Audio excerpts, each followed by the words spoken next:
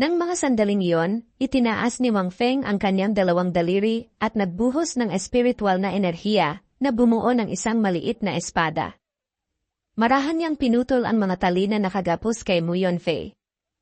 Matapos nito, nagtanong si Wang Feng, "Sino ka?" Si Mu Yunfei, na nagulat sa tanong, ay sumagot ng may pag-aalinlangan, "Ako si Mu Yunfei, mula sa Shenfeng Empire. Napadpad ako sa Stellar Mountains upang magsanay, ngunit inakala ako ni General Lin bilang isang tao mula sa Immortal Sect at ipinadakip ako." Nagulat si Wang Feng nang marinig na siya ay mula sa Shenfeng Empire. Sa kanyang isip, ang talento ni Mu Yunfei ay dapat na pinakamahusay sa mga kabataan ng Shenfeng Empire. Nagtataka niyang tanong, "Hindi ka ba pinapahalagahan ng Shenfeng Emperor?" "Hindi ko po may tatago sa inyo, Senior. Dati po akong walang silbi," malungkot na sagot ni Mu Yunfei, nakayuko ang ulo. Sinabi niya na nagkaroon siya ng pagkakataon na matuklasan ang kanyang mga kakayahan sa isang paglalakad.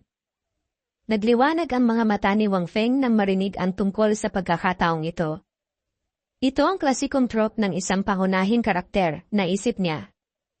Kailangan kong kunin ang taong ito para sa Immortal Sect.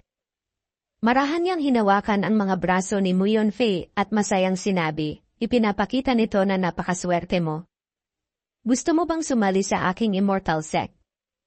Matapos na bugbugin at gapusin, inaanyayahan siyang sumali sa isang makapangyarihang sekta. Isang araw na puno ng pait at tamis. Nagulat si Mu Yunfei at nagtanong, "Ano po?"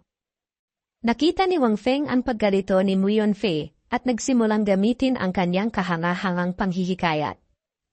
"Hindi ka nagkakamali. Sumali ka sa aking Immortal Sect.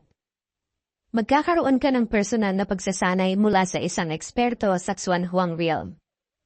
Sa iyong talento, sa palagay ko, maaari kang maging isang sikat na Xuanhuang Realm na eksperto sa hinaharap. Tinitiyak ko iyan." Sino ang tatanggi sa isang alok na sumali sa isang makapangyarihang sekta at maturuan ng isang eksperto sa Xuanhuang Realm? "Gusto niyo po ba talaga akong tanggapin?" tanong ni Mu Yunfei. Ngunit biglang sumeryoso ang kanyang mukha at nagbabala, "Kung papayagan niyo po akong sumali sa Immortal Sect, magkakaroon kayo ng maraming problema. Gusto niyo pa rin po ba akong tanggapin?" Ngunit may tiwalang sumagot si Wang Feng, "Nandito ako. Walang problema."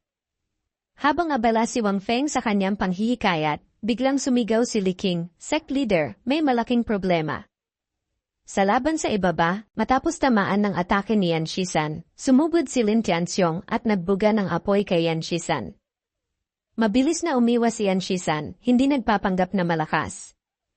Nakita ni Wang Feng si Li Qing na kinakagat ang kanyang mga kuko, nanginginig.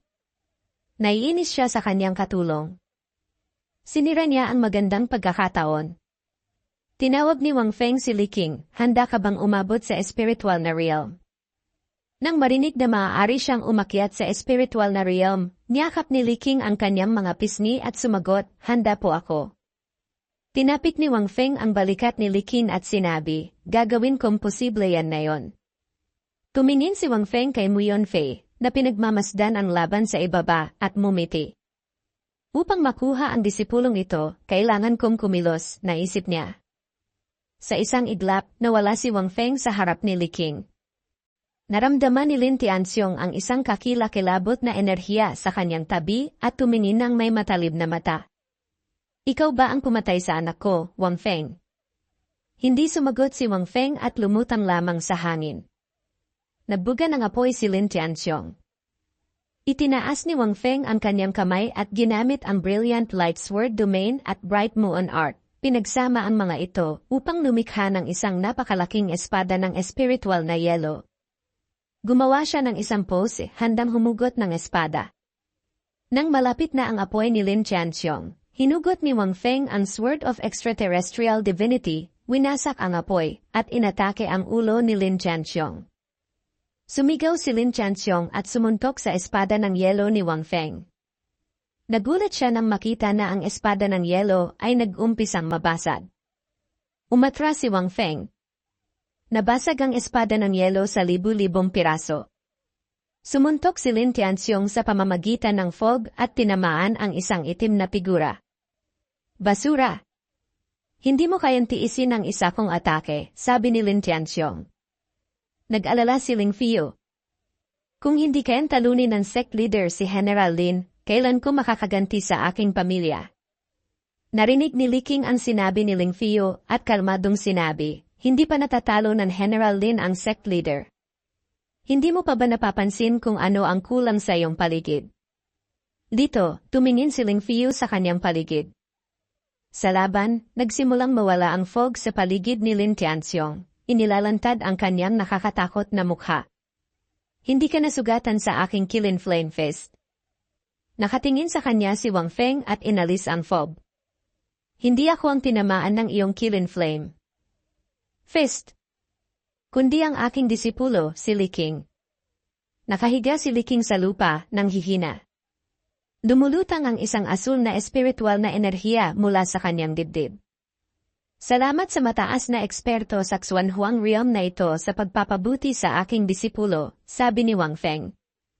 Ang maliit na espiritual na enerhiya ay nagiging isang higanting asul na pawikan na bumabalot sa buong katawan ni Li Qing.